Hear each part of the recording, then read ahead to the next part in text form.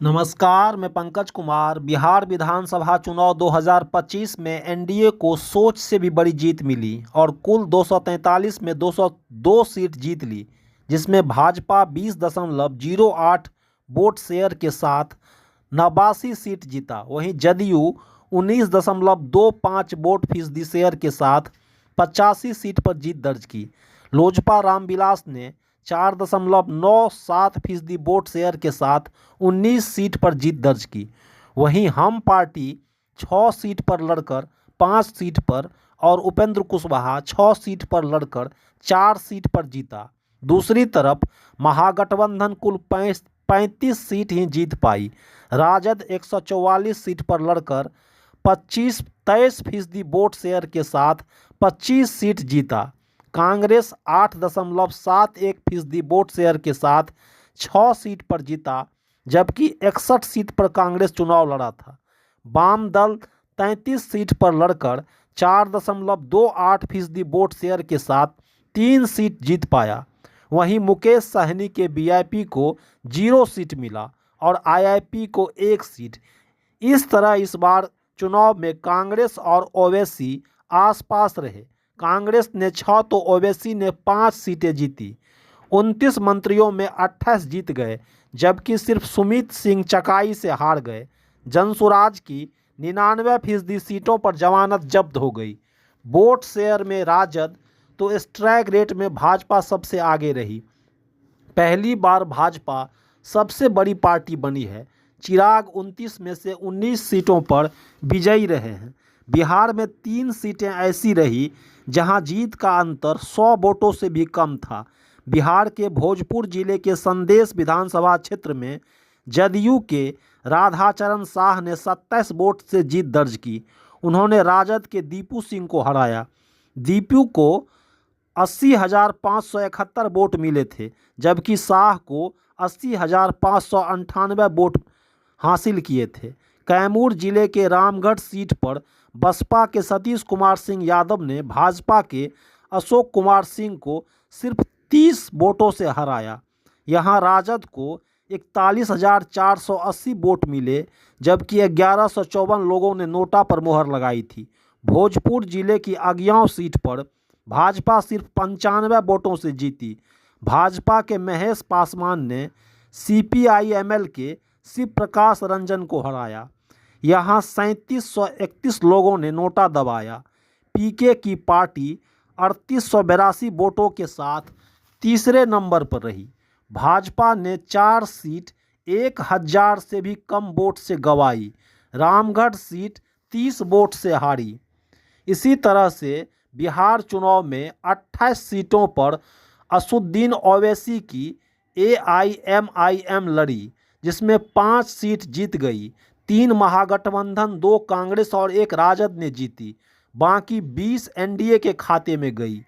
AIMIM Prashant Kishor की जनसुराज और NOTA के वोटों का आकलन करें तो 11 सीटों पर इसका जोड़ महागठबंधन की हार से ज़्यादा बड़ा रहा। इस तरह से इस बार बिहार चुनाव में केवल 11 मुस्लिम विधायक चुने गए। 1952 से लेकर अब तक बिहार में हुए विधानसभा चुनाव में यह संख्या सबसे कम है। सबसे ज़्यादा मुस्लिम विधायक 1985 के चुनाव में 34 जीत कर आए थे। 2020 में 19 विधायक चुनाव जीत कर आए थे। बता दें कि बिहार में करीब 18% मुस्लिम की आबादी है। प्रचंड लहर के बावजूद भाजपा के 12 उम्मीदवार हार गए। पार्टी ने 101 सीट पर चुनाव लड़ा था, जिसमें से 89 पर जीत गई। कुल हारे 12 सीट में से 5 को मुस्लिम प्रत्याशियों ने हराया। 82 सीट से एआईएमआईएम के गुलाम सरवर ने भाजपा के विनोद कुमार को 27,251 मतों से हराया। बिहार के 38 में से 10 जिले में महिलाओं का मतदान प्रतिशत पुरुष के मुकाबले 10% ज़्यादा रहा। इन जिलों की 68 सीटों में से 57 सीटें एनडीए को मिली। सिर्फ 11 सीटें महागठबंधन और दूसरी पार्टी को मिली। खास बात यह रही कि एनडीए के प्रत्याशी 10 से 50 हजार तक के अंतर से जीते। जिन सीटों पर हारे वहां जीत का अंतर बहुत कम था। पूर्वी चंपारण की ढाका सीट पर राजद के फैसल रहमान ने भाजपा के पवन कुमार जायसवाल को 178 वोटों से हराया। चनपटिया में कांग्रेस के अभिषेक रंजन ने भाजपा के उमाकांत को 602 वोटों से हराया। वाल्मीकि नगर में 1675 वोट से कांग्रेस के सुरेंद्र प्रसाद ने जदयू के धीरेन्द्र को हराया। सहरसा सीट पर भाजपा के Alok Ranjan Jha Indian Inclusive Party के इंद्रजीत प्रसाद गुप्ता से सिर्फ 2038 वोट से हारे। इस बार भाजपा और जेडीयू दोनों 101 सीटों पर लड़ी थी। भाजपा को हर सीट पर औसतन 99,000 वोट मिले। इसी तरह जेडीयू को हर सीट पर औसतन 95,000 वोट मिले। वहीं आरजेडी 143 सीटों पर लड़ी, हर सीट पर 80,000 वोट मिले। वहीं कांग्रेस 61 सीटों पर लड़ी और हर सीट पर औसतन 71,000 वोट मिले। बिहार चुनाव में जदयू और लोजपा गेम चेंजर साबित हुई। जदयू के 4% वोट बढ़ने से ही सीटें दोगुनी हो गई। 2020 में 43 सीटों से बढ़कर इस बार 85 हो गई, जबकि लोजपा को पिछली बार सिर्फ 1 सीट मिली थी जो इस बार 19 हो गई। भाजपा के वोट भी ज़्यादा नहीं बढ़े। दूसरी ओर राजद के वोटों में कोई कमी नहीं आई। इस चुनाव में जनसुराज पार्टी ने 3.34% वोट हासिल किए। उन्हें खुद तो कोई सीट नहीं मिली, लेकिन उन्होंने कई सीटों के पर गणित बिगाड़ा। आरक्षित सीटों में 38 SC, 2 ST पर भी एनडीए ने जमकर परचम लहराया। 40 में से 35 पर जीत कायम की। 2020 में 38 SC सीटों पर एनडीए ने 21 और महागठबंधन ने 17 सीटों पर जीती थी। इन सीटों पर 20% से अधिक दलित की आबादी है। इन SC सीटों पर भाजपा ने 11 और जदयू ने 14 सीटें जीती, जबकि लोजपा, रालोद और हम ने मिलकर 9 सीटें जीती। राजद केवल 4 सीटें जीत पाई। कांग्रेस एक भी सीट जीतने में नाकाम रही। बिहार में रिकॉर्ड 9.1 लाख लोगों ने नोटा को चुना। यह कुल मतदाता का 1.81% है। आंकड़ों को देखें तो नोटा को MIM से 0.4% ही कम वोट मिले। राज्य के कुल 1.85% वोट यानी कि 93 लाख वोट AIMIM यानी ओवैसी को मिले।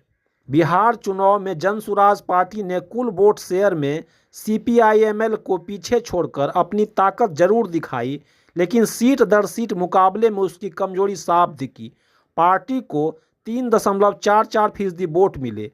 राज्य में 7वें स्थान पर आई। 268 सीटों पर चुनाव लड़ रही थी जनसुराज को 68 सीटों पर नोटा ने भी पीछे छोड़ दिया। 28.6% सीटों पर मतदाताओं ने जनसुराज के बजाय नोटा को चुना। वहीं बसपा को 71.8%, आम आदमी पार्टी को 90.4%, तेज प्रताप यादव की जनशक्ति जनता दल को 88.9% सीटों पर नोटा से कम वोट मिले। SUCIC, समता पार्टी, NCP और लोक चेतना पार्टी तो एक भी सीट पर नोटा को नहीं हरा सकी। 38 जिलों में से 15 जिलों में महागठबंधन 0 पर सिमट गई। 38 जिलों में 15 जिलों पर महागठबंधन 0 पर सिमट गई। वहीं 14 जिले ऐसे रहे जहां एक एक सीट लाने में कामयाब रहा। महागठबंधन इन सीटों पर में सुपरा साफ हो गया। शिवहर, सीतामढ़ी, सुपौल, पूर्णिया, दरभंगा, गोपालगंज, खगड़िया, भागलपुर, बांका, मुंगेर, लखीसराय, शेखपुरा, नालंदा, भोजपुर, अरवल 14 सीटों में महागठबंधन को एक एक सीट मिला। पूर्वी चंपारण, मधुबनी, किशनगंज, कटिहार, मधेपुरा, मुजफ्फरपुर, सिवान, वैशाली, बक्सर, कैमूर, रोहतास, औरंगाबाद, नवादा, जमुई। एनडीए का सबसे बुरा प्रदर्शन किशनगंज में रहा, जहां 4 सीट में सिर्फ और सिर्फ 1 सीट ठाकुरबाड़ी सीट ही जीत पाई। तो इस तरह से चुनाव परिणाम का अंतिम निष्कर्ष है कि एनडीए बिहार के व्यापक जनाधार को कवर करती है, यानी व्यापक जातिगत समीकरण को कवर करती है। वहीं एनडीए सरकार द्वारा 30,000 करोड़ रुपये चुनाव के समय बांटा गया। महिलाओं के खाते में 10-10 हज़ार रुपया देना गेम चेंजर साबित हुआ। वहीं महागठबंधन अपेक्षाकृत सीमित जनाधार वाला पार्टी रह गई। उनका जनाधार जातिगत समीकरण अपेक्षाकृत कम रहा। वहीं महागठबंधन के राजद मुस्लिम समीकरण भी दरक गया। ओवैसी ने मुस्लिम वोट बैंकों को काटा। उसी तरह से आप देखिए, कांग्रेस का कोई जनाधार नहीं होने के बावजूद 61 सीटों पर चुनाव लड़ी।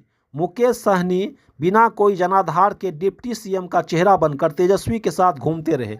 परिणाम सबके सामने है। आप देख रहे हैं पंकज का संवाद।